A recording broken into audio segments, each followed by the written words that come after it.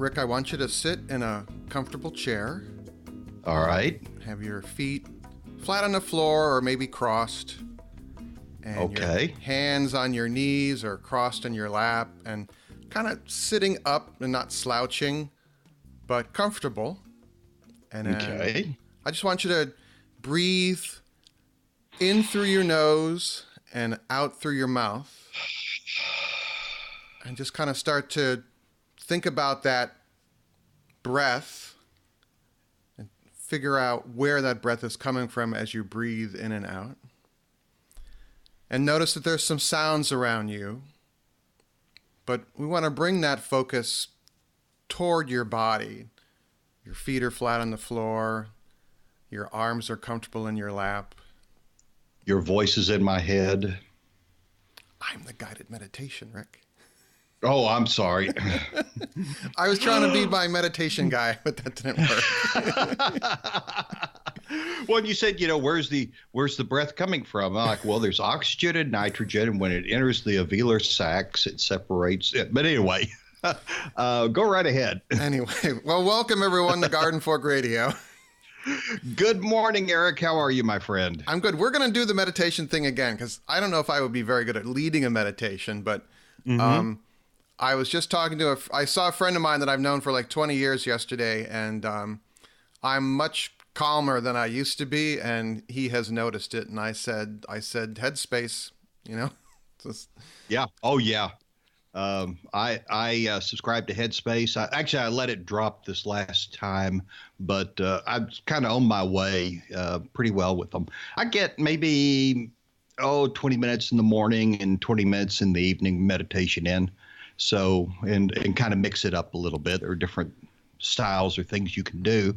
How is your meditation going? It's great. I just don't, well, I won't use the word. I just don't let stuff bother me nearly as much anymore.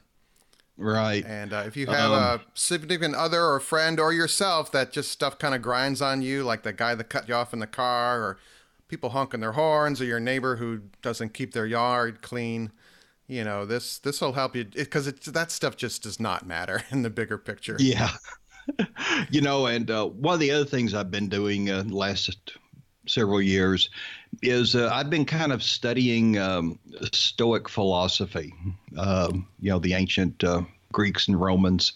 And they're actually, it's amazing how much the two camps cross, Stoic philosophy and then the meditation crowd and some of the things you think. But, the whole basis of Stoic philosophy is there are things you can control. There are things you cannot control. Focus on the things that you can control, and ignore the rest. And that really helps me a lot.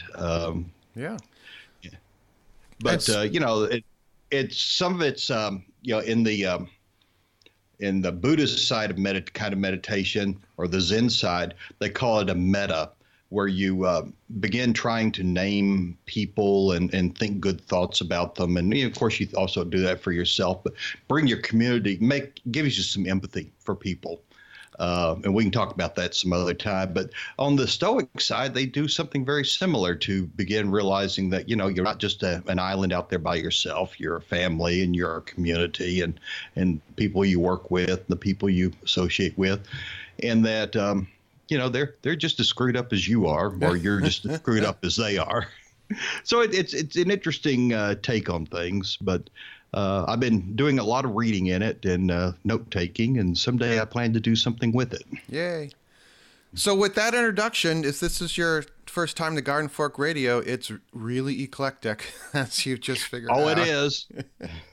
But it's DIY. I have a YouTube channel, and the podcast is kind of like just cool stuff we want to talk about. And today, I wanted to talk about what to buy and what not to buy, maybe at a Harbor Freight Tools. And we're talking about seed starting based on an article from Aaron at the Impatient Gardener. And I have a new iMac coming, thanks to a lot of the Patreon supporters. And Troy-Bilt has sending me a new snowblower. So, oh boy, just toys everywhere. Yeah. basically on Rick's recommendation, and Kevin, our senior technology advisor, I guess we call him. That's right. He has a great new dogs. pup, by the way. He's on Instagram with his pup. Oh, I didn't know that. Yeah, I don't know if he would want me to link to his Instagram feed or not, but he will tell me. Well, you can tell us quietly. We won't spread the word. Okay, all 1,200 of you. But yeah, so I decided I just needed a new computer because this one is quite old, and I went to the Apple refurbished store, and we've talked about this before.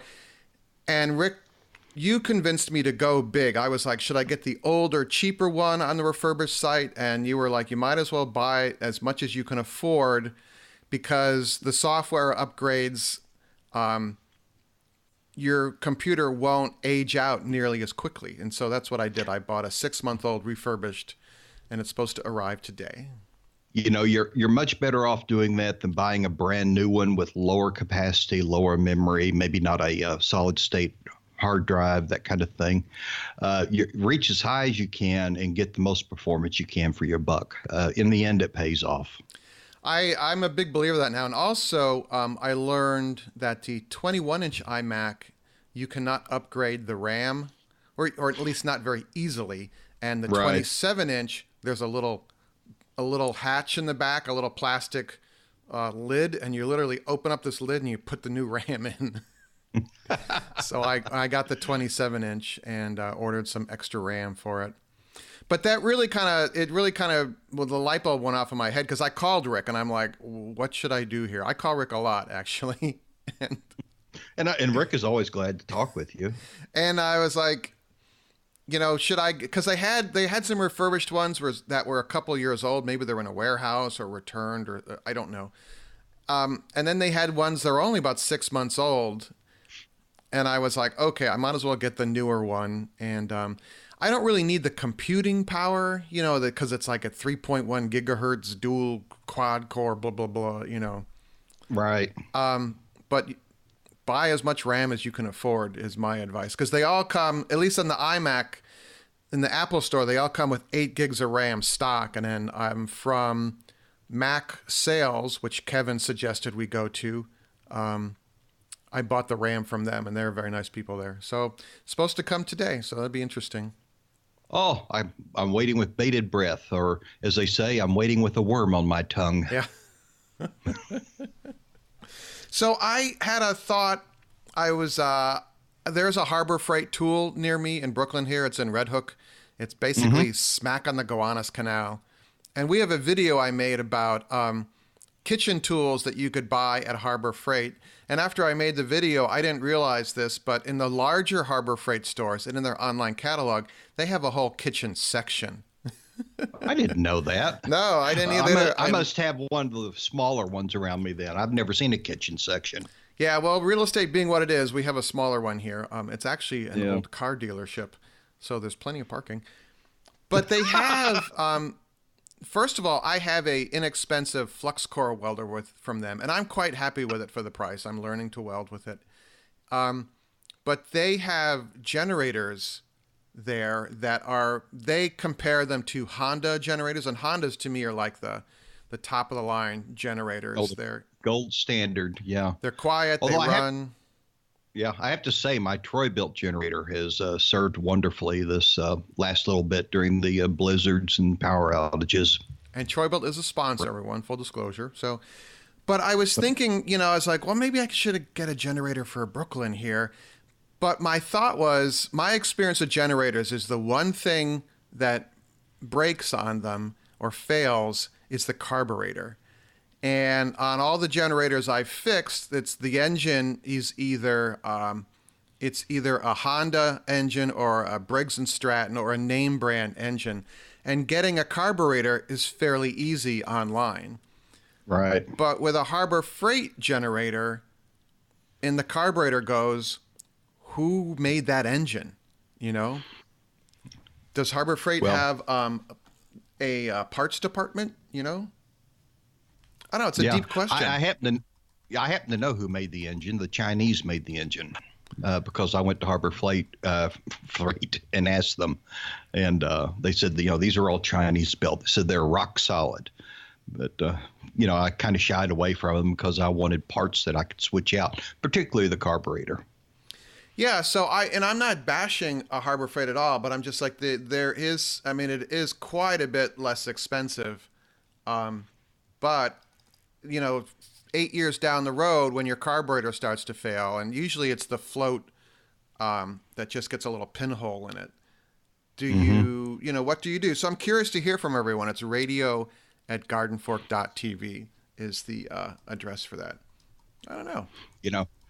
Garden Freight is, I can't quite get it right this morning. Harbor Freight is wonderful for a lot of things. When I was doing bee cutouts, when people have bees in their wall or bees in the ceiling or the attic, or they were between spaces, I would go down, I'd buy Harbor Freight reciprocating saws, and they were inexpensive. They worked great. And when the honey finally just flowed into the motor and killed it, I didn't feel like I'd wasted a lot of money. Yeah. Because tear outs can be really messy. Not only you're taking down the wood and cutting through things, but the bees are upset. The honey is everywhere. It's sticky. The wax is melting in places. And so I don't want to use a really great reciprocating saw or any tool really that has an engine in it or a motor in it, doing that kind of work. And Harbor Freight is wonderful for that. Even if you just kind of use it once and throw it away, you build it into the price you charge people that you do the cutout for. Yeah, I actually, whenever I go in there, and by the way, you can search online using your phone browser for their discount coupon. So whenever you go in there, there's you could have a 20% off coupon. So whenever I go, I just load up the coupon ahead of time, and I buy the black latex or the gloves. Oh, what's that? Excuse me. Is that your pleasant ring? That was my telephone ringing. That's not very stoic. It was to have my I'm getting some new tires, and so they were obviously just calling me to tell me that they were in. All right. Well, anyway, I just did a quick internet search, and on Amazon you can buy some carburetor parts for Harbor Freight engines. So I don't know, I'd be curious to see if anyone has some experience with that, because I'm not bad-mouthing Harbor Freight at all. It's just some of the items. Like, I bought some 3-foot pipe wrenches there for my steam radiators, and they're great. Right. So. Yeah.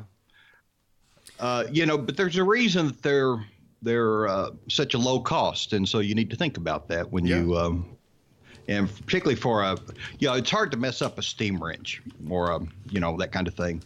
And I've got some long wrenches from Harbor Freight that really I use them for getting tough nuts off and stuff, and they work like a charm. There's nothing like having that extra leverage out there. Well, let's pivot 180 and go with seed starting. First of all, thank you to Rick. Rick postal mailed me. I got a letter from Rick, and it was kind of thick envelope, and I'm like, uh-oh. And I opened it up, and it was some of the tomato seeds from is it the University of Florida? University of Florida, Klee Lab, Klee. Go ahead. And they're the special tomato seeds that are going to grow wonderfully in my humid, wet, blight-prone yard. I hope that's true. We've talked about these seeds many times on the show, and I've written about them some on the Facebook page. If you're part of our Facebook Garden Fork Question and Answer group, and if you're not, sign up. It's we have to approve you, but that's just to keep the spammers out. Everybody gets in pretty much. And so, these seeds are, they're Mendelian crossed. They're using Mandel's manual techniques for crossing these seeds, and they're trying to create the best tasting tomato around. And then they're also, the secondary thing is they're using, they're looking at genetics and whatnot, and they're trying to grow really blight resistant. That's what gets me every year until I start growing these seeds, blight resistant seeds. And so there are three varieties they sent. There's the Garden Gem, which is about the size of a silver dollar, and it's a great tomato for salads. There is the Garden Treasure, which is a big slicer. And then there's a hybrid, which is one of their new ones. The variety right now is W that they're trying out. And I grew three of each, and we have more tomatoes this year than we could eat, than we could store, than we could boil, than we could freeze. I mean, it was just amazing. I had to resort to actually giving tomatoes away, and I I hated that. But, we just couldn't eat them. We were eating so many tomatoes, we actually got sores on the inside of our mouth from all the acid. But they're great tomatoes. And if you would like to participate in the CLE study, they do ask that you send them a report about how the tomatoes did and where you live. Just look them up, the University of Florida, CLE Lab, KLEE. And for a $10 donation to their tomato research fund or more, and I try to always send a little bit more, they will send you 3 packages of about 15 seeds each. And you, too, can be part of the scientific revolution. This is really citizen science in a way. We're all helping to develop a better tasting, more blight-resistant tomato. Cool. Also, we're going to grow flowers this year. I'm going to have I always have a sunflower bed for my wife, and I thought this year I might do a cutting garden bed as well. And Erin from The Impatient Gardener, who is a frequent guest on the show here, she's also very active in our Facebook group. She has a blog post, 5 flowers that are dead simple to grow from seed. And it's lists. I mean, first of all, I just like how Erin writes. It's very kind of first person. And I mean, I've met her many times in person, and so you can it's the same as listening to her talk in person. But I'll just list through them and we can talk about them. Nasturtiums. She's a big fan of nasturtiums. I've actually grown them and they are easy to grow. And then poppies. They're also edible. Yes, the flowers are edible and they look great in a salad. And actually here in New York City, you can buy them in the store, nasturtium flowers. And poppies, which are actually will volunteer, but you can grow them from seed as well. And I think the seed heads look really cool. Oh yeah, in the fall. Yeah. And then calendula, which is also known as a pot marigold. They look like a cross between a daisy and a marigold to me. Right. And then Nicotania. It's one of the tobacco plants. And castor beans, which have kind of a interesting flower. Their leaves are, I think, more the foliage interest, but they're very cool.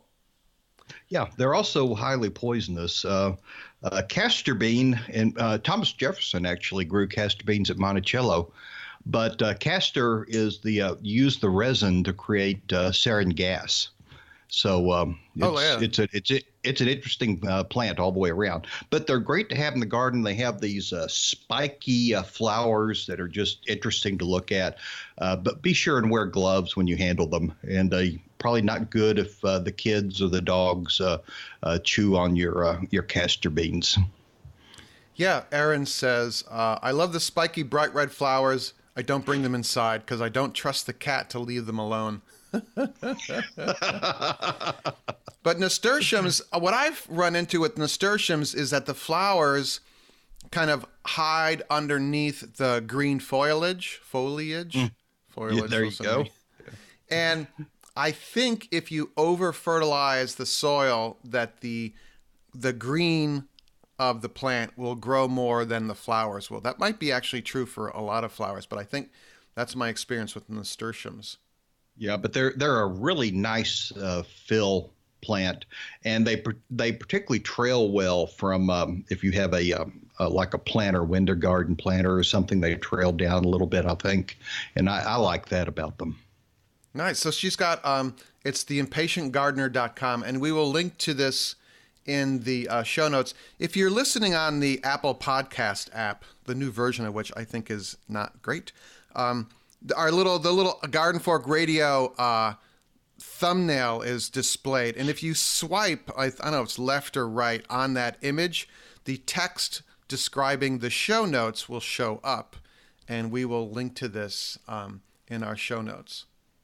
We will also very slyly link to the Garden Fork Amazon shop, which is, we have a dedicated page on Amazon now. So all the other old links that I was asking you to use, please don't use those. If you just go to it's amazon.com/shop/gardenfork. It is an affiliate link. We have suggested Garden Fork items, and then you can shop anywhere in Amazon from there. So how's that for a sly little segue? Nice way to just tack it in there. Yeah. Well done, sir. But impatientgardener.com, she just rebuilt the site, and it looks really nice. So she's going to be on the show soon there. So, okay. Anything on your list, sir? I have a couple more things, but it's kind of been the show all about Eric here. Yeah, well, it's all about Eric. That's fine. Frankly, I just got out of bed a few minutes ago and rushed in here. And Eric and I said, "What are we going to talk about?" And said, "I don't know. We'll think of something as we go." And that's what we're doing today. Well, I have a couple of issues with some listeners. So. Oh, well, let's take them to the woodshed. There's a guy named Jim, and he calls himself an occasional watcher of the videos. And I'm like, if you listen to the podcast, you have to watch the videos. So. No, really nice note. I'll read it here. It says, "Hi, Eric. I'm a longtime listener of the podcast, occasional watcher of the videos. I enjoy them both. Please keep up the great work when you feel inspired. I am trying my hand at sourdough starter and decided to watch some of your bread making videos. It was a great way to spend some time recovering from the flu. Thanks for the laughs and some new ideas. Have a great week." And that's from Jim B. And that was cool. So, yeah, if you have the flu, there's 500 Garden Fork videos on YouTube. So if you go to the Garden Fork YouTube channel page, there's a link, there's a button at the top that says videos, and that'll list all 500 of them. So that's youtube.com/gardenfork. But that was nice of Jim. So sourdough starter, the, what's that podcast, the food podcast? It's the two women. One of them has a gastropod. They just did a whole episode on sourdough starter, and they went to a scientific meeting test thing where they got some bread bakers together, and they tested their sourdoughs. I remember that show, yes. And they tested their skin, and they discovered that the sourdough starter basically reflected the bacteria of their skin. Is that right? The organisms on their hands were also present in the sourdough starter. I'm really kind of simplifying it, but it's a really good listen on the Gastropod podcast, all about sourdough. Yeah, they got sourdough from all around the world, and they are starters, and they had chefs come in also from around the world. They have some money behind their project, and they tested everybody.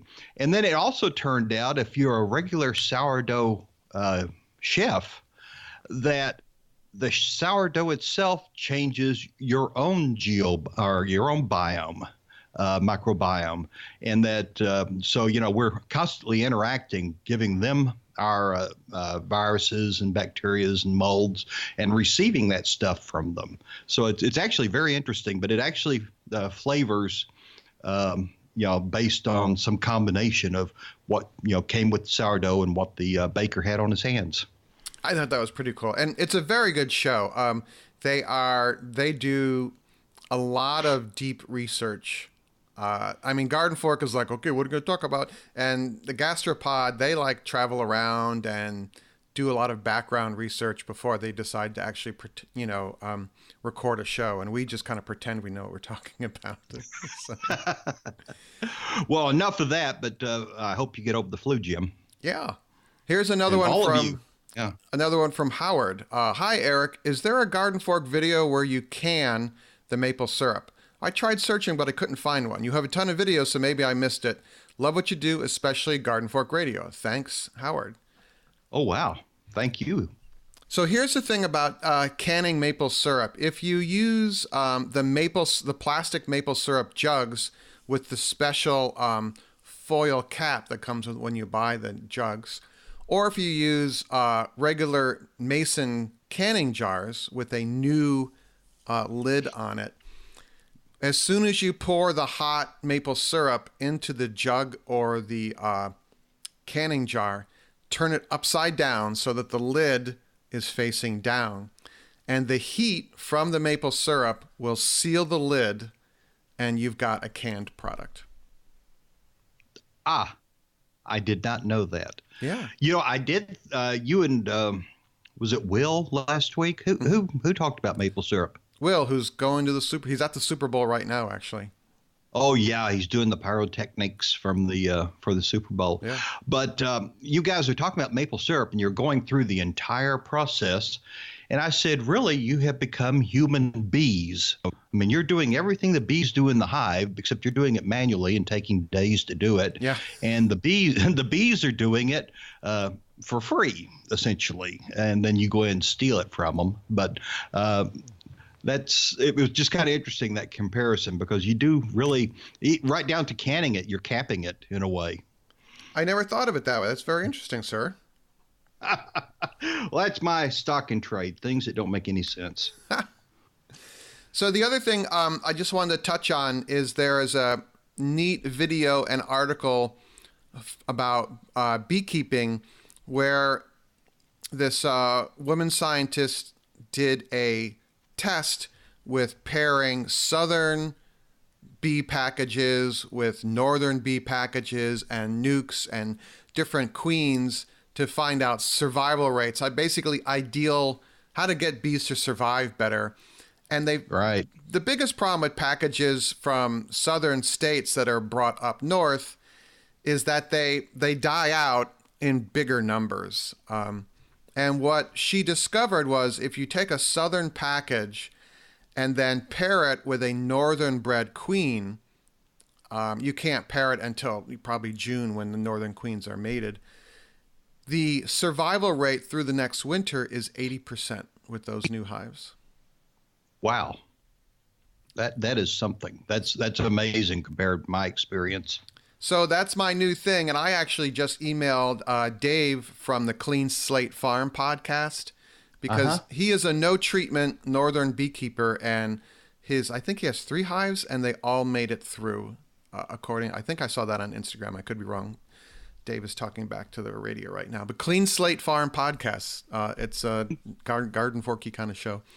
But I was very interested in that. So I will link to that video in the show notes here. Again, just swipe the Garden Fork logo across the screen of your phone and the show notes will show up there. So, okay. You know, there actually, there was an article I think I posted on the Garden Fork question and answer group that they have made some big strides in getting rid of the mite load on bees, and so there are some new things coming up this next year or two that are going to help reduce the mite load and get the bees in a healthier state generally. And so we're all looking forward to that kind of thing. I am. I'm looking forward to the future, Rick. Thanks to you. We did talk last night, and things are not as glum as they seem, right? Well, that's what I was reassured of, and that's what I love about talking to Rick. So I'm like, I got it. Let me just talk to the voice of reason, Rick. You know, what keeps me sane this time of year, we're almost to the point. We talked about seeding flowers, which is something I do not do very well. I don't think I've ever done it, come to think of it. But it's time to get out the seed catalogs and the calculators, and I have my little grow tent with grow lights and a seed map for heat, and I'm thinking pretty hard about what I'm going to put down this year and how they're going to look and how I'm going to, what's going to go in what garden, and it's always so much fun to anticipate the new year like that. Yeah, I'm getting psyched. I am going to rebuild my hoop house that everyone very nicely posted suggestions after I put up the video of the broken hoop house. So I was having a hard time finding 4-foot pieces of pressure-treated plywood in my local supplier, so might have to go a little farther to find that. Yeah, mine have begun to split and come apart. So this is probably their last season. I'll have to get some new. Cool.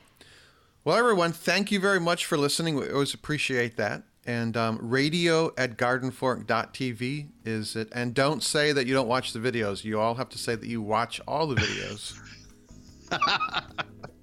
Yeah, that's one reason Eric does what he does is so people will watch the videos and have some ideas and do things. And like I said, there are 500 of them up there. It's amazing how much work he's put into this over the years. It is fun to hit the publish button because I posted one last night and I was running late. I was a couple days late, but I put it up on a Monday night, and you just watch the numbers roll and the comments come in, and it's just kind of fun.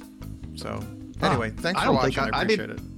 I didn't see it. What did you put in last night? I checked out my hives on the Brooklyn rooftop, and so it was kind of I show a little bit of Brooklyn on the sidewalk. I'm walking and go up on the roof, and we look at the hives. So I won't tell you what happens at the end, so you can go watch. Okay, you didn't fall off the building, though. No. All right, everyone. Make it a great day. Okay, talk to you later, my friend. Have a great day. Garden Fork's theme music is used under license from uniquetracks.com.